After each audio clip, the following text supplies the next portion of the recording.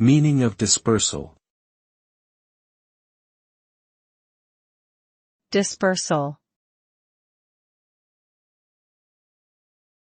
Dispersal.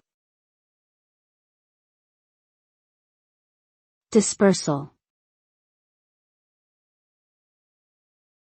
Dispersal. Dispersal refers to the movement of individuals or organisms away from their original location or habitat.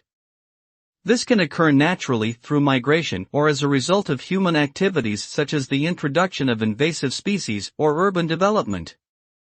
Dispersal can have both positive and negative impacts. It can help species colonize new areas and facilitate gene flow, but it can also lead to the spread of disease or the loss of genetic diversity. Ultimately, dispersal is a natural process that shapes ecosystems and influences the distribution of life on Earth.